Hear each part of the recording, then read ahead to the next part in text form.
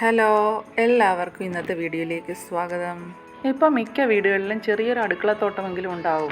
കൃഷിക്ക് ആവശ്യമായ ജൈവവളമൊക്കെ വാങ്ങിക്കുന്നത് ഒന്നുകിൽ കൃഷിഭവനിൽ നിന്നോ മറ്റ് വ്യാപാര സ്ഥാപനങ്ങളിൽ നിന്നോ ആണ്. എന്നാൽ ജൈവകൃഷിക്ക് അനുയോജ്യമായ ഒരു വളം നമുക്ക് വീട്ടിൽ തന്നെ ഉണ്ടാക്കിയെടുക്കാം. മണ്ണിൻ്റെ ആരോഗ്യം, ജൈവ വൈവിധ്യം, പാരിസ്ഥിതിക സന്തുലിതാവസ്ഥ എന്നിവ നിലനിർത്തുവാൻ ശ്രദ്ധ കേന്ദ്രീകരിച്ചുള്ള ഒരു സുസ്ഥിര കാർഷിക രീതിയാണ് ജൈവകൃഷി.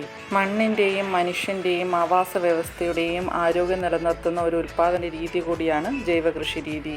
അത്തരത്തിലുള്ളൊരു ജൈവവളം നമുക്ക് തയ്യാറാക്കിയെടുക്കാം.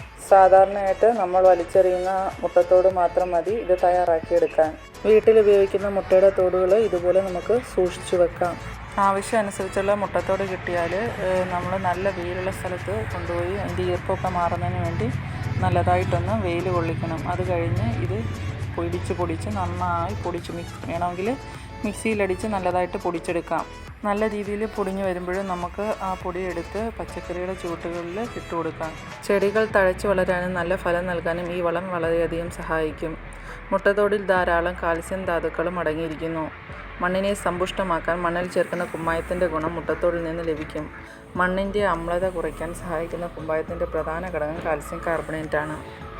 മുട്ടത്തോടിൽ 97% കാൽസ്യം കാർബണേറ്റാണ്. ഇതിന് പുറമെ ഫോസ്ഫറസ്, മഗ്നീഷ്യം, സോഡിയം, പൊട്ടാസ്യം പോലുള്ള ധാതുക്കളും ഇതിൽ അടങ്ങിയിട്ടുണ്ട്. വളമായി മാത്രമല്ല, ചെടികളെ നശിപ്പിക്കുന്ന കീടങ്ങളെയും ഉച്ചുകളെയും നിയന്ത്രിക്കാനും മുട്ടത്തോട് നല്ലതാണ്.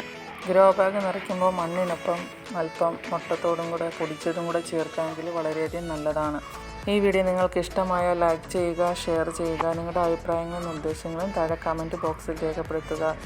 അടുത്ത നല്ലൊരു വീഡിയോ ആയിട്ട് വരുമ്പോഴേക്കും ബൈ. Thank you.